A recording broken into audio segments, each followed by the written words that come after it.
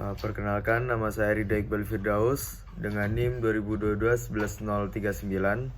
Kali ini saya akan membahas mengenai kode etik profesi dari seorang hakim. Sebelum kita membahas lebih lanjut, mungkin bisa saya jelaskan terlebih dahulu untuk kode etik profesi itu sendiri. Sebenarnya kode etik profesi itu sendiri adalah seperangkat prinsip atau aturan yang dimana itu merupakan sebuah pedoman yang mengatur sebuah perilaku dan juga tanggung jawab seseorang atau seorang profesional di dalam pekerjaan atau di bidang tersebut untuk menjalankan tugas-tugasnya. Kode etik sendiri bertujuan untuk menjaga standar moral dan juga profesionalisme mereka sehingga dapat melindungi kepercayaan publik, kepentingan publik serta memastikan integritas dan kualitas layanan yang diberikan oleh seorang profesional sehingga layanan dan juga kualitasnya juga tetap terjaga. Singkatnya seperti itu. Kemudian untuk selanjutnya ada mengapa harus ada kode etik profesi. Untuk mengapa harus adanya itu mungkin ada dari nomor 1 sampai 10. Untuk yang pertama tentunya yaitu menjaga integritas atau profesionalisme sehingga ada suatu aturan yang tidak dapat dibantah, tidak dapat dihilangkan, yaitu dari kode etik dari setiap pekerjaan. Kemudian yang kedua yaitu membangun kepercayaan publik, yang dimana untuk kepercayaan publik sendiri dia itu akan ada transparansi, sehingga aturan-aturan tersebut publik juga akan tahu dan bahkan akan ada di internet atau di segala website. Kemudian selanjutnya ada mencegah penyalahgunaan kekuasaan, yang dimana penyalahgunaan kekuasaan itu dapat dicegah dengan cara beberapa kode etik yang tidak dapat dilanggar sehingga dia tidak dapat melunjak atau menguasai beberapa hal.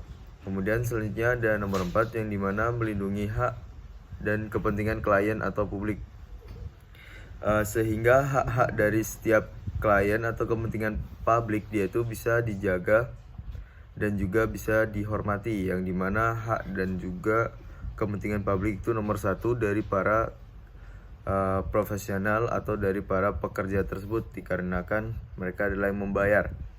Kemudian selanjutnya dari nomor 5 dapat diketahui bahwa menegakkan standar dan kualitas layanan sehingga standar dan kualitas layanan itu dapat jadi lebih bagus dan lebih tinggi karena ada beberapa aturan yang harus dipenuhi seperti harus tersenyum dan juga sebagainya. Selanjutnya itu menghindari konflik kepentingan, yang dimana konflik kepentingan sendiri itu biasanya terjadi di antara para profesional. Ketika mereka tidak memiliki aturan maka mereka dapat mengklaim bahwa itu adalah pekerjaan mereka sehingga akan ada kode etiknya, di mana dari kode etik tersebut dapat diketahui bahwa tiap-tiap pekerjaan memiliki beberapa hal yang harus dipatuhi oleh mereka sehingga tidak dapat mengklaim dari pekerjaan orang lain. Selanjutnya yaitu ada mendorong tanggung jawab sosial, yang dimana tanggung jawab sosial yaitu bisa dari bekerja sama atau lain sebagainya. Yaitu selanjutnya dari nomor 8 mengatasi situasi dilematis. Untuk dilematis sendiri yaitu situasi dimana menjadi situasi kebingungan. Ketika kode etik tersebut telah ada maka situasi dilematis dalam beberapa hal atau sesuatu itu dapat dihindari. Kemudian selanjutnya memberikan dasar atau tindakan disipliner, yaitu tindakan untuk disiplin seperti kode etik bahwa harus ada kehadiran ataupun harus ada seperti itu. Kemudian saja dari nomor 10 yaitu meningkatkan reputasi profesi, karena di profesi tersebut reputasi yang bisa naik dikarenakan beberapa kode etik yang harus benar-benar dipatuhi. Untuk kode etik yang akan saya bahas yaitu kode etik dari seorang hakim atau berprofesi hakim. Tentunya hakim sendiri memiliki beberapa kode etik yang sangat banyak dan juga harus dipatuhi. Untuk kode etiknya sendiri saya mencantumkan 10. Untuk kode etik yang pertama yaitu independensi, yaitu harus berdiri sendiri, yang dimana hakim itu harus memutuskan perkara secara independen atau secara sendiri tanpa terpengaruh dari pihak eksternal dan juga tekanan-tekanan yang diberikan oleh pihak eksternal. Hakim juga tidak boleh terlibat dalam aktivitas yang dapat merusak keputusan independennya. Kemudian yang kedua yaitu dari integritas. Hakim harus menjunjung tinggi integritas pribadi dan profesional di dalam semua aspek kehidupannya. Tidak boleh menerima suap, gratifikasi, atau bentuk pemberian lain. Kemudian yang ketiga dari imparsialitas. Hakim wajib memutuskan perkara secara adil dan tanpa memihak berdasarkan fakta dan hukum yang dia bawa.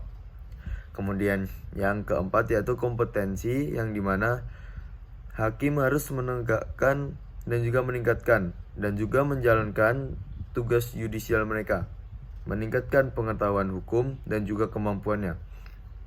Yang kelima, terdapat kerahasiaan, yang dimana hakim tidak boleh membocorkan sebuah kerahasiaan informasi yang telah terpaparkan ke mereka. Jadi mereka harus menjaga kerahasiaan informasi tersebut. Selanjutnya dari nomor 6 yaitu sikap sopan dan juga bermartabat, yang dimana hakim harus bersikap sopan, santun, dan juga bermartabat, tidak boleh sembrono, dikarenakan agar bisa menjaga martabat mereka agar tidak jatuh. Kemudian yang nomor 7, keadilan dan kemanusiaan. Hakim harus mencerminkan atau memberikan putusan yang adil dan berdasarkan asas kemanusiaan, berdasarkan yang manusia bisa dan berperi kemanusiaan. Kemudian yang ke-8, terdapat akuntabilitas, yaitu hakim harus bertanggung jawab secara profesional atas keputusan yang dia ambil. Kemudian yang nomor 9 yaitu menghindari konflik penting, yang dimana hakim tidak boleh menangani perkara di mana ia memiliki hubungan keluarga di dalamnya, bisnis maupun kepentingan pribadi lainnya. Kemudian yang nomor 10, hakim harus menegakkan hukum dan juga konstitusi. Hakim wajib untuk menegakkan hukum yang baik dan juga benar, termasuk dengan konstitusinya. Mungkin sekian dari saya seperti itu. Wassalamualaikum warahmatullahi wabarakatuh.